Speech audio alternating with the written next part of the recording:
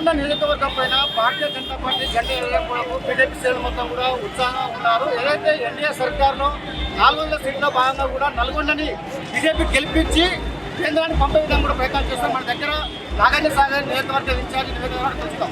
చెప్పండి మేడం, నల్గొండలో బీజేపీ జెండా ఎగరడం పైన బీజేపీ శ్రేణులు ఉత్సాహంగా ఉన్నారు. ఏ విధంగా జనంలో ప్రభుత్వం ప్రచారం? దేశం మొత్తం కూడా ఇటువైపు చూస్తుందంటే బీజేపీ వైపు చూస్తుంది. ఎందుకంటే గత ఎన్నికలు వేరు, ఈ పార్లమెంట్ ఎన్నికలు వేరు.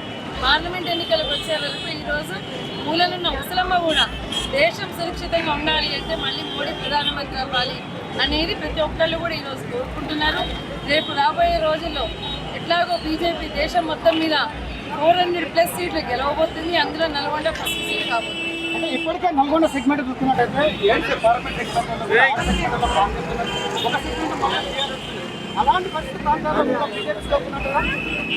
మొత్తం దేశం మీద 3 రాష్ట్రాల్లో ఈరోజు కాంగ్రెస్ మళ్ళీ వస్తున్నారు. ఈరోజు కర్ణాటక చూసుకుంటే మొత్తం కూడా కొలాప్స్ అయింది. ఆల్రెడీ తెలంగాణలో అండర్ గ్రౌండ్ కొలాప్స్ అయింది. ఈరోజు ప్రతి ఒక్కరు కూడా వాళ్ళు ఇచ్చిన 6 గ్యారెంటీలు అంతా స్టాప్ అయినాయి. ఎవరు కూడా ఈరోజు కాంగ్రెస్ పడ్డామని అందరూ అనుకుంటున్నారు. ఇప్పుడు ఏదైనా కానీ ఆల్టర్నేట్ కనబడుతుంది అంటే అది కేవలం బీజేపీ. ఏమో ఇక్కడ పార్లమెంట్ గెలవడమే కాదు, అతి త్వరలో మళ్ళీ ఎలక్షన్స్ వచ్చి బీజేపీ అధికారంలో కూడా రావచ్చు.